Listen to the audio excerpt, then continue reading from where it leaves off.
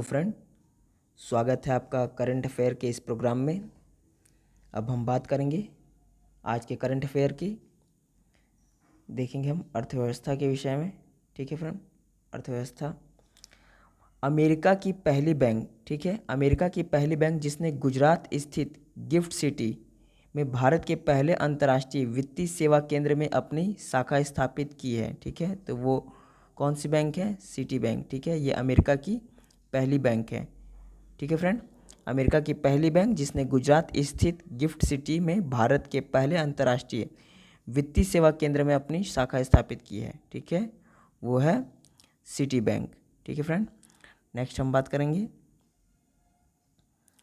भारतीय reserve bank ने देश भर में वित्तीय समावेशन के विस्तार को देखने के लिए एक समग्र सूचकांक तैयार किया है, जिसे हर साल जुलाई में प्रकाशित किया जाएगा। वो है कौन सा समग्र सूचकांक? वित्तीय समावेशन सूचकांक। ठीक है, फाइनेंशियल इंक्लूजन इंडेक्स। ठीक है, फाइनेंशियल इंक्लूजन इंडेक्स। ठीक फ्रेंड, फुल फॉर्म पूछ देता है। FI इंडेक्स का फुल फॉर्म पूछ देगा। ठीक है, फाइनेंशियल इंक्लूजन इंडेक्स। ठीक है फ्रेंड, नेक्स्ट हम देखेंगे। मार्च 2021 को समाप्त होने वाली अवधि के लिए वार्षिक वित्तीय समावेशन सूचकांक कितना है? तो वो है 53.9। ठीक है फ्रेंड, मार्च 2021 को समाप्त होने वाली अवधि के लिए वार्षिक वित्तीय समावेशन सूचकांक है 53.9। ठीक है फ्रेंड, नेक्स्ट हम देखेंगे राष्ट्रीय के विषय में। भावी पीढ़ियों के लिए पादप आनुवंशिक संसाधनों के बीजों को संरक्षित करने के लिए कहाँ विश्व का दूसरा सबसे बड़ा नवीनीकृत अत्याधुनिक राष्ट्रीय जीन बैंक, ठीक है फ्रेंड, राष्ट्रीय जीन बैंक स्थापित किया गया। ठीक है, बहुत मोस्ट क्वेश्चन है ये, परीक्षा के दृष्टिकोण से बहुत महत्वपूर्ण है कि कहाँ राष्ट्रीय जीन बैंक स्थापित किया गया। तो वो है national bureau of plant genetic resources. ठीक है, NBPGR। ठीक है, पूसा नई दिल्ली में। ठीक है फ्रेंड, भावी पीढ़ियों के लिए पादप आनुवंशिक संसाधनों के बीजों को संरक्षित करने के लिए कहाँ विश्व का दूसरा सबसे बड़ा नवीनीकृत अत्याधुनिक राष्ट्रीय जीन बैंक स्थापित किया गया? तो वो है national bureau of plant genetic resources, Pusa नई दिल्ली में। ठीक है फ्रेंड, नेक्स्ट हम देखेंगे। सहकार क्षेत्र में स्थापित भारत का पहला 5 सितारा होटल कहाँ स्थापित किया गया है? वो है सप्त रिजॉर्ट एंड स्पा। ठीक है, उसका नाम है सप्त resort and spa, Wayanad Kerala में। ठीक है फ्रेंड, वायनाड केरल में स्थापित किया गया है। सहकारी क्षेत्र में स्थापित भारत का पहला 5 सितारा होटल है सप्त resort and spa, Wayanad Kerala. ठीक है फ्रेंड, नेक्स्ट हम बात करेंगे खेल के विषय में। राष्ट्रमंडल खेल महासंघ CGF कॉमनवेल्थ गेम्स फेडरेशन के नए मुख्य कार्यकारी अधिकारी कौन नियुक्त हुए हैं? तो वो है KT सैडलियर, जो कि न्यूजीलैंड के हैं। ठीक है फ्रेंड, राष्ट्रमंडल खेल महासंघ CGF के नए मुख्य कार्यकारी नियुक्त हुए हैं, वो है KT सैडलियर, जो कि न्यूजीलैंड के हैं। ठीक है फ्रेंड, नेक्स्ट हम बात करेंगे राज्य विशेष की। किस राज्य सरकार ने बच्चों की प्रतिरक्षा में सुधार लाने के उद्देश्य आरोग्य नंदन, ठीक है, बच्चों की प्रतिरक्षा में सुधार लाने के उद्देश्य से आरोग्य नंदन योजना आरंभ करने का निर्णय लिया है? तो वो है कर्नाटक राज्य सरकार ने। ठीक है, कर्नाटक राज्य सरकार के द्वारा बच्चों की प्रतिरक्षा में सुधार लाने के उद्देश्य से आरोग्य नंदन योजना का आरंभ किया गया है। ठीक है, नेक्स्ट हम देखेंगे।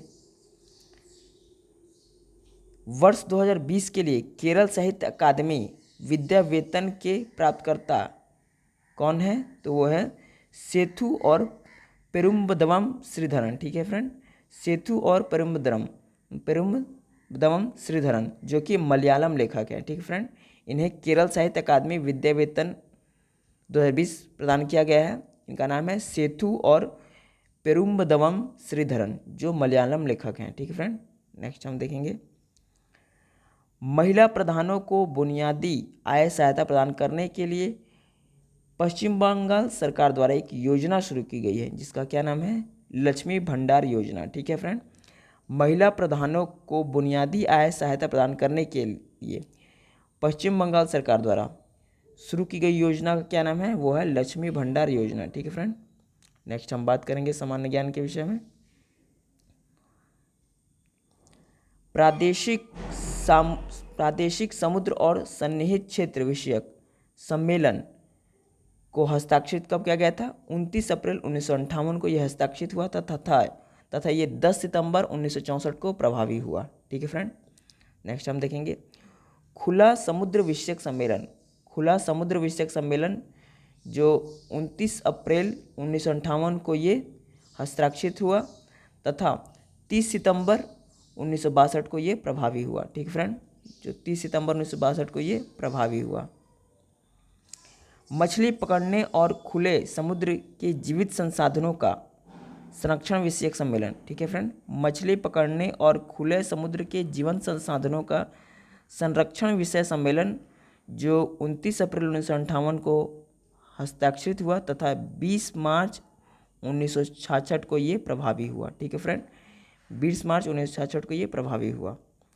नेक्स्ट हम देखेंगे समुद्री कानून विषयक संयुक्त राष्ट्र सम्मेलन UNCLOS। ठीक है फ्रेंड। इसे हस्ताक्षरित कब किया गया? 10 दिसंबर 1982 को यह हस्ताक्षरित हुआ तथा 14 नवंबर 1994 को यह प्रभावी हुआ। ठीक फ्रेंड। 14 नवंबर 1994 को यह प्रभावी हुआ।